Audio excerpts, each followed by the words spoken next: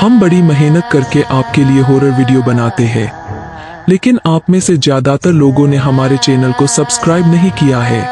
अगर हमारी भयानक कहानियां आपके दिल की धड़कनें तेज करती है और आपको रोमांच से भर देती है, तो हमारे चैनल को सब्सक्राइब करना ना भूलें। तो आइए इस डरावने सफर में हमारे साथी बने, सब्सक्राइब करें और हमारी हर नई कहानी का हिस्सा बने। रात का दरवाजा। यह कहानी है एक ऐसे गांव की जहां रातें हमेशा ही काली और भारी होती है। एक गांव जहां चुप्पी इतनी घनी होती है कि वह काट सकती है।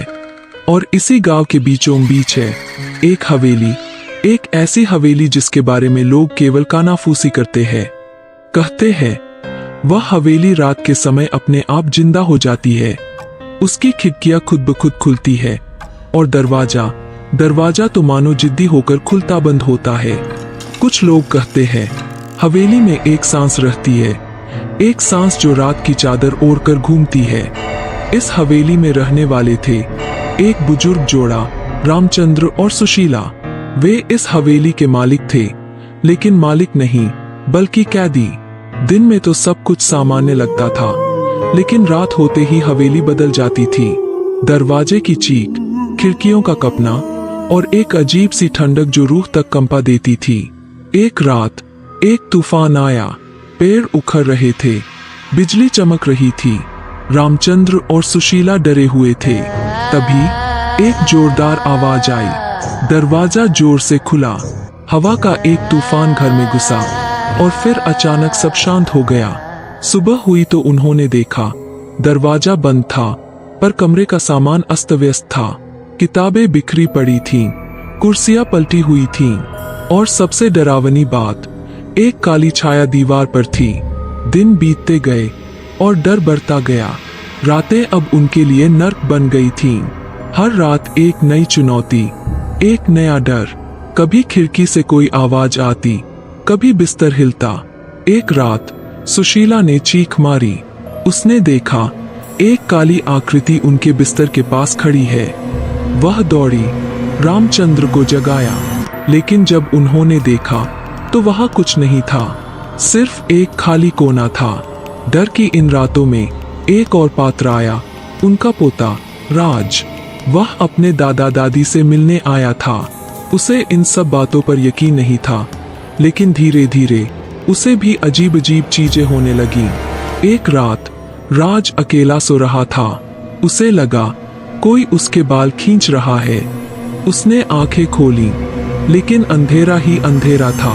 तभी उसने एक सांस सुनी, एक ऐसी सांस जो उसके कानों के पास थी।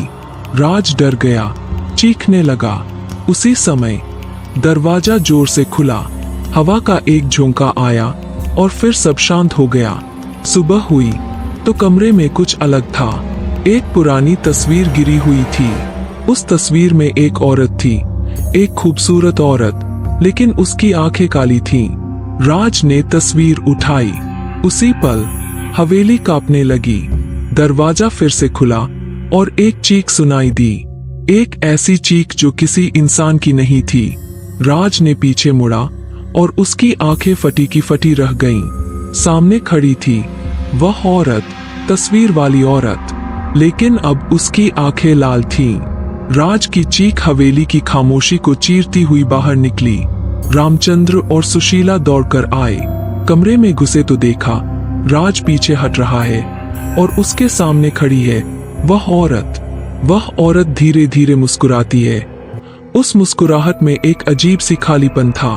अचानक औरत गायब हो गई। कमरे में सिर्फ एक ठंडी हवा बची थी। रामचंद्र ने राज को अपने पास खींचा। सुशीला की आंखों में डर साफ दिख रहा था। यह रात अब तक की सबसे डरावनी रात थी। दिन निकला, लेकिन घर में सन्नाटा था। हर कोई डरा हुआ था। राज के मन में सवालों का तूफान था। वह जानना चाहता था वह औरत कौन थी, क्यों उसे परेशान कर रही थी। उन्होंने गांव के बुजुर्गों से बात की, किसी को कुछ पता नहीं था। सिर्फ एक बूढ़ी औरत ने कहा, इस हवेली में एक सांस रहती है, एक काली सांस, वह किसी की तलाश में है। राज ने उस बात को दिल में बिठा लिया। उसे लग रहा था वह सांस ही वह औरत है। लेकिन वह सांस क्यों उसे ढूंढ रही थी? रातें अब और भी डरावनी हो गई थीं। हर आवाज, हर सांस उन्हें डराती थी। रामचंद्र और सुशीला की हालत खराब हो रही थी। वे दिन रात डर के साए में जी रहे थे। एक रात राज ने एक फैसला किया। वह डरने नहीं देगा। वह उस सांस का सामना करेगा। उसने एक छोटी सी पूजा की और एक लोहे की रॉड हाथ में ले ली। रात गहरी होती गई। घर में सन्नाटा था। राज ने अपनी सांस को रोक रखा था। तभी उसे एक हल्की सी आवाज सुनाई दी।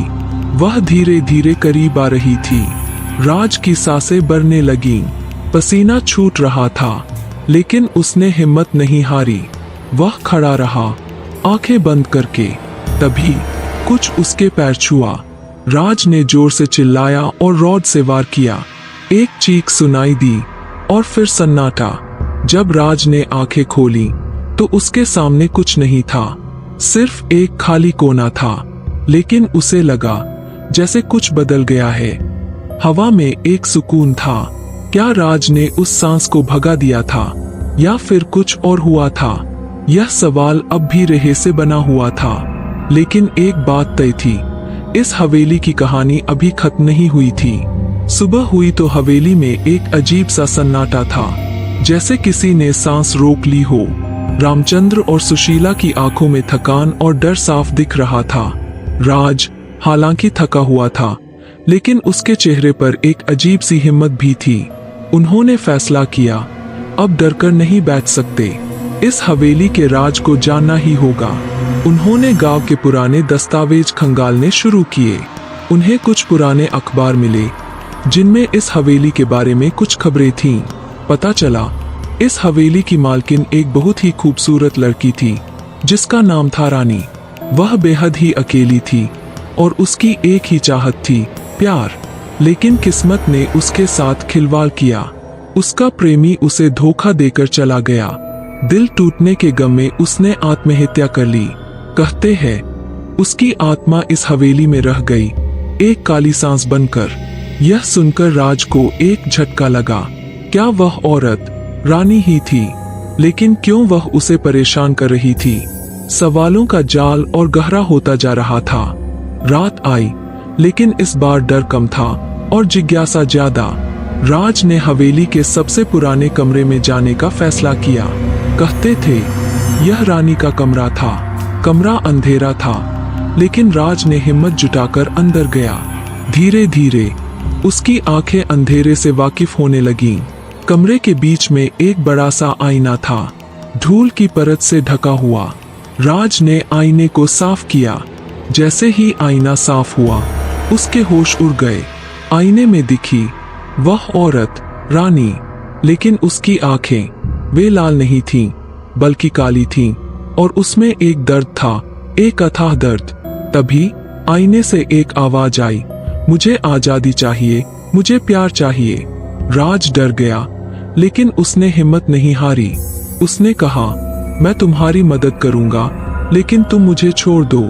आईने में रानी की मुस्कान दिखी, लेकिन उस मुस्कान में भी एक डर था। फिर अचानक आईना फूट गया और हवेली में एक तूफान सा आ गया। जब सब कुछ शांत हुआ तो कमरे में कुछ नहीं था, सिर्फ एक खाली जगह थी जहां आईना था और राज के हाथ में एक छोटा सा पेंडेंट। उस पेंडेंट में एक तस्वीर थी, एक लड़के और लड़की की। लड़की वही थी जो आईने में दिखी थी, रानी। राज समझ गया, रानी उस लड़के से प्यार करती थी और उसकी मौत के बाद उसकी आत्मा इस हवेली में बंद गई थी। अब उसे उस प्यार की तलाश थी। पेंडेंट को देखकर राज को एक रास्ता दिखाई दिया। हो सकता है इस पेंडेंट में रानी की आत्मा का एक हिस्सा हो। उसे बस उस लड़के को ढूंढना था जिसकी तस्वीर पेंडेंट में थी। गांव के पुराने दस्तावेजों को फिर से खंगालने लगा। दिन रात एक कर दिया। आखिरकार उसे एक नाम मिला, राजवीर सिंह। कहा जाता था वह एक जंगल में रहने लगा था, पागल हो गया था। राज ने हिम्मत जुटाई और जंगल की ओर निकल पड़ा। जंगल घना था, डरावना था, लेकिन राज डर नहीं रहा था। उसके अंदर एक जज्बा था, रानी की मुक्ति का जज्बा। कई दिनों की मेहनत के बाद उसे राजवीर मिला। वह एक पेड़ के नीचे बैठा था, आंखें बंद करके। राज उसके पास गया और पेंडेंट दिखाया। राजवीर की आंखें खुलीं। उसकी आंखों में एक पुरानी याद जी उठी। उसने पेंडेंट देखा और फिर राज को देखा। उसकी आंखों में आंसू आ गए। उसने बताया कैसे उसने रानी को धोखा दिया था, कैसे उसे छोड़ दिया था और उसके जाने के बाद रानी ने क्या किया, वह सब कुछ। राज ने राजवीर को रानी की कहानी सुनाई। दोनों की आंखों से आंसू बह रहे थे। एक पल की खामोशी के बाद राजवीर बोला, मुझे माफ कर दो रानी, मैं तुझे वापस ला सकता था लेकिन मैंने नहीं किया, मैं तुझे छोड़ गया। उस पल एक अजीब सी शांति हुई। हवा में कुछ बदलाव हुआ। ऐसा लगा जैसे कोई बोझ हट गया हो। रात हुई। हवेली में सब कुछ सामान्य था। कोई आवाज नहीं, कोई सांस नहीं। राज और राजवीर ने एक दूसरे को देखा और समझ गए कि सब खत्म हो गया है। रानी की आत्मा को शांति मिल गई थी। अगली सुबह उन्होंने हवेली छोड़ने का फैसला किया।